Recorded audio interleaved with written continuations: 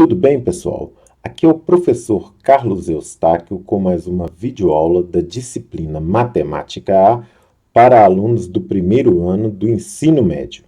Esta é a primeira videoaula sobre conjuntos e aqui nós vamos tratar especificamente dos conceitos básicos, das formas de representação, da pertinência, do conjunto unitário, do conjunto vazio e da igualdade de conjuntos. Sem mais delongas, vamos ao que interessa. Bom, conceito de conjunto. O matemático George Cantor, matemático muito famoso, conceituou o conjunto como uma coleção de objetos distintos 2 a 2. O que significa isso? Distinguíveis, tá? Chamados de elementos do conjunto. Tudo bem? Objetos distintos 2 a 2 chamados elementos do conjunto. Isso é muito importante porque um conjunto não tem elementos iguais. Sabe? Até a gente pode escrever um conjunto, por exemplo, com vários uns, vários dois, vários qualquer número que seja ou qualquer outra coisa, mas na verdade a gente só vai considerar o elemento, por exemplo, 1, o elemento 2, o elemento x, tá bom? Só vai ser contado também em termos de quantidade de elementos o elemento. Bom, continuando aí, assim como os conceitos de ponto, reta e plano na geometria plana. A ideia de conjunto é uma noção primitiva da matemática. Tudo bem, gente? Então, aqueles conceitos lá, ponto, reta, plano, lá da geometria plana, tem esse mesmo aspecto primitivo do conceito aí de conjunto, tá bom? É uma ideia intuitiva. Vamos lá, designação de conjunto. Geralmente utilizamos uma letra maiúscula do nosso alfabeto, tá, gente? A, B, C, né, até o Z, I, para designar, né, nomear um conjunto. Mas podemos utilizar outros formatos de designação desde que o contexto seja especificado de antemão. Por exemplo, dei alguns exemplos aí. Espaço amostral. Espaço amostral é o conjunto de todos os elementos possíveis de um determinado experimento, tá bom? Não vou ficar entrando muito em detalhes, mas, por exemplo, o plano. O plano, como você sabe, é um conjunto de infinitos pontos, né? Não é verdade? E a gente dá um nome lá de uma letra do alfabeto grego, né? Por exemplo, aí, a reta. A reta é um conjunto de pontos, né? De um plano que estão todos alinhados, é verdade?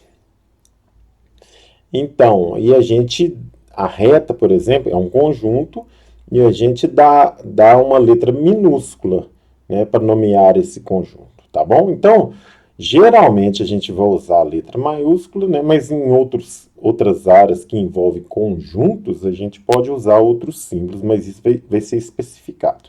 Tudo bem? Designação de elemento. Olha, gente, geralmente utilizamos uma letra minúscula do nosso alfabeto, né, de A a Z, I, para designar, ou seja, nomear um elemento. Mas também da mesma forma, lá, igual, né, a gente explicou para o conjunto, podemos utilizar outras formas de designação desde que o contexto seja especificado de antemão, não é verdade? Por exemplo, os conjuntos numéricos são os números, não é verdade? Os numerais. E aqui, quando a gente está falando aqui das letras minúsculas, a gente está estudando esse início de conjuntos, como esses elementos vão ser coisas mais genéricas, tá bom? Então, por isso, essas letras minúsculas, tudo bem? Bom, representação de um conjunto. Vamos lá. Há duas formas mais usuais de representarmos um conjunto. Né, gente? Os elementos vão ficar entre chaves, tá? Separados por vírgula. Aí eu fiz uma observação, tá? No caso dos elementos serem numéricos, é mais indicado o uso de ponto e vírgula. Por quê? Para não dar problema com os números decimais, tá, gente? Porque eles já têm a vírgula, né? Por isso, separar com ponto e vírgula é o mais indicado para elementos numéricos, tá bom? Ou utilizando esse outro formato, que é o diagrama de Venn. Venn também é um matemático, né? Mais adiante eu vou falar um pouco mais dele, mas vamos aí ilustrar melhor essas formas de representação aí. Por exemplo, aqui, ó, conjunto A, tá? É formado pelos elementos D, M e R. Conjunto A, letra maiúscula, tá? Igual chaves, os elementos aqui separados por vírgula, porque usamos letras minúsculas para representar os elementos, fechamos aqui, né, a chave. Então, isso é uma forma de representar conjuntos, tá bom? Então, aqui, representação utilizando chaves. Isso aqui é uma forma do tal diagrama de Venn, né? É uma linha fechada, não precisa ser oval, não precisa ser circular, né? Claro que o desenho computacional aqui é mais fácil, mais bonito fazer dessa forma, tá? E geralmente a letra maiúscula fica aqui próximo dessa linha, né, fechada, e aqui dentro vão ficar os elementos. Agora um detalhe muito importante. É indicado colocar um ponto próximo de cada elemento do conjunto, tá bom? Porque quando a gente usa, por exemplo, um valor nesse espaço aqui delimitado, um número, por exemplo, aí não quer dizer que é um elemento do conjunto, mas sim a gente usa, usualmente é como a quantidade que tem de elementos naquela região delimitada, tá bom? Então, por exemplo, se tivesse aqui 23 aqui, e não tivesse os elementos, é como se fosse que nesse conjunto haveria 23 elementos, tá bom? No caso, sem o ponto, tá? Então, aí está um exemplo de diagrama de Venn. Alguns autores não estão usando mais assim, tá? Não estão usando mais assim, eles mudaram um pouco e mudaram para esse formato aqui, ó. Desculpa, tá aqui, ó. Mudaram para esse formato. Colocar o designador do conjunto, né, o conjunto A aqui, por exemplo, entre aqui parte dessa linha fechada. Então, esse é o conjunto A. Alguns autores estão usando assim. Tá bom? Isso aí é só para você saber, caso você se deparem com algum autor, né, um livro de algum autor que usa esse formato. Vamos lá. Relação de pertinência, coisa mais importante, né, no estudo dos conjuntos. Por quê, professor? Ora, se eu tenho um elemento e tenho um conjunto, a única pergunta lógica que se tem a fazer é se esse elemento pertence ou não ao conjunto, né? A única relação que a gente pode fazer é essa. O elemento pertence ou não pertence ao conjunto. E isso é a relação de pertinência. E é uma coisa muito simples. Por exemplo, para entender melhor, considere os conjuntos A, né, que tem os elementos D, M e R, e B, que tem os elementos H, M e S. Então, vamos mostrar essa simbologia aqui, ó. D, esse Ezinho meio circular, um formato circular, tem que ser assim, tá? Não é o E normal lá, maiúsculo, que lá é estacionamento regulamentado, não confunda, por favor. Esse tem um formato específico, esse formato aqui um pouco arredondado. Então, o que está escrito aqui? O D pertence a A, tá? Então, lê-se D pertence a A, ou seja, o D é um elemento do conjunto A, tá bom? Olha, vamos já passar do lado aqui do B, né? Simbologia. H pertence a B, não é verdade? Ele é elemento do B. Tá aqui, ó. Né? Simbologia. M pertence a A e M pertence a B. Lê-se assim, né? M pertence a A e M pertence a B. O M é elemento desses dois conjuntos. Pode? Pode sim, tá? Simbologia aqui, ó. R pertence a A. Realmente, o R é elemento de A, né? É assim que a gente lê, certo? E o S aqui, né, pertence a B, realmente, tá bom? Isso pode ocorrer, tudo bem, gente? Um elemento pertencer a dois conjuntos, a três, a quatro, tantos quantos forem, tá bom? Bem, continuando aí sobre essa pertinência, né, os mesmos dois conjuntos A e B, agora simbologia diferente, olha. H, o que significa? O mesmo Ezinho, só que com esse cortado aqui, tá bom? Nessa angulação aqui. H não pertence a A. Realmente, ó, não tem H no conjunto A. O H pertence a quem? Ao conjunto B, não é verdade? H não pertence a A. Então, a gente emprega esse símbolo aqui para indicar que o elemento não pertence ao conjunto, tá? Gente, esse símbolo aqui, ó, pertence, aquele outro não pertence, só usamos para associar, né, elemento a conjuntos, tudo bem? Da mesma forma aqui, ó, o D não pertence ao B. Realmente, o D não pertence ao B, ao conjunto B, né? Então, assim que a gente lê, ó. Vamos lá. O S não pertence a A, o S realmente não pertence a A, ele pertence ao B. E o R não pertence ao B. Realmente, o R não pertence ao B, ele pertence ao A. Tudo bem? Vamos continuar. Bom, conjunto unitário e conjunto vazio. Pessoal, vocês já devem ter percebido que os nomes são muito esclarecedores, né?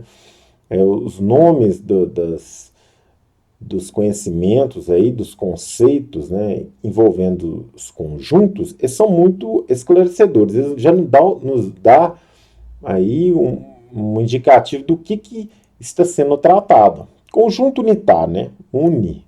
Né? Conjunto vazio. Então, vamos lá. O conjunto é chamado de unitário se possui exatamente um elemento. Ó.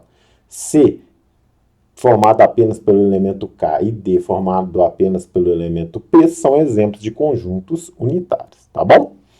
Há um conjunto chamado de conjunto vazio, e ele não possui elemento algum.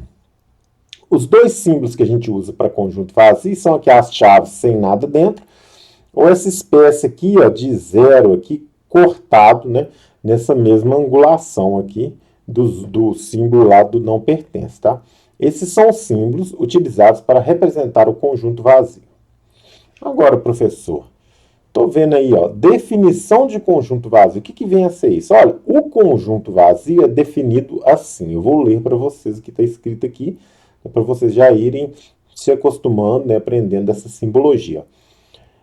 O conjunto vazio é o conjunto dos elementos X, esse símbolo aqui, ó, significa tal que, muito usado por autores de livros de matemática no Brasil, tá? Ele tem um outro significado, mas eu não vou entrar nesse detalhe agora, em outro tipo de matemática, tá bom? Ele tem outro emprego, tá? X, o conjunto dos elementos X, tal que o X é diferente dele mesmo, ou seja, X diferente de X. Nossa, que coisa estranha. Qual o elemento que é diferente dele mesmo? Não existe. Por isso, esse conjunto tem que ser vazio. Vou explicar de novo. Ó. Conjunto vazio é o conjunto dos elementos X, tal que o X é diferente dele mesmo. O X é diferente de X. Qual seria um conjunto que o elemento é diferente dele mesmo? Conjunto vazio, sem elemento algum. Então, essa é uma definição, na verdade, apesar de parecer um pouco confusa, ela é precisa, essa definição de conjunto vazio. Vamos continuar aí. Se você ficou com dúvida, dê uma pausa, volte, faça uma reflexão, tá? Voltando, só dizer aqui que esse símbolo é empregado com significado de tal que, tá bom? Bem, igualdade de conjuntos. Olha, gente, outro conceito muito indicativo do que nós vamos falar, né? Do que significa. Ó. Dizemos que dois conjuntos M e N são iguais se todo elemento de M pertence ao N e todo elemento de N pertence a M. Não, gente, eles são iguais, não é verdade? E aqui eu vou mostrar uma coisa que eu falei lá no início sobre conjuntos. Por exemplo, olha, peguei esse exemplo 1 aqui. Ó. O conjunto P é formado por todas as letras da palavra porta. Então, vamos ver o conjunto P. Ó. P-O-R-T-I-A. Né?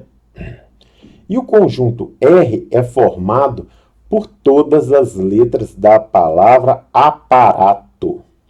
Se você não sabe o significado, é bom buscar aí, tá bom? Então, olha só. A-P-A-R-A-T-O. Ah, mas professor, mas está diferente. Ah, mas não é diferente. Porque eu expliquei para vocês que o conjunto importa o elemento. Se essa palavra tem 3 As, só vamos considerar o elemento A. Ela tem A, tem P, tem R, tem T e O, e nada além disso. Da mesma forma, porta, ela tem A, tem P, tem R, tem T e tem O. Esses são os elementos da palavra porta, né? Esses são os elementos da palavra aparato. Então, gente, o conjunto P é igual ao conjunto R, por mais incrível que pareça, tá? Não pode confundir, gente, conjunto com sequência, tá bom, gente? Conjunto, o que importa são os elementos, tá? O que importa é cada elemento, tudo bem? Então, temos que P e R são iguais, tá? Então, um exemplo aí bem indicado para esse momento, até para vocês já fazer essa diferença. Olha, os elementos do conjunto P são 5 e os elementos do conjunto R também são 5. Apesar de parecer que esses 3 As e a contagem parecer outra, tá bom? Bem, gente, chegamos aí ao fim dessa videoaula. Espero que vocês tenham gostado, né? É uma videoaula aí mais conceitual, tá bom? Essas videoaulas sobre conjuntos serão mais conceituais, até que a gente já tenha uma quantidade de conhecimentos aí estudados e analisados e possamos fazer e resolver alguns problemas e exercícios, tá bom? Tudo de bom para todos e até a próxima videoaula.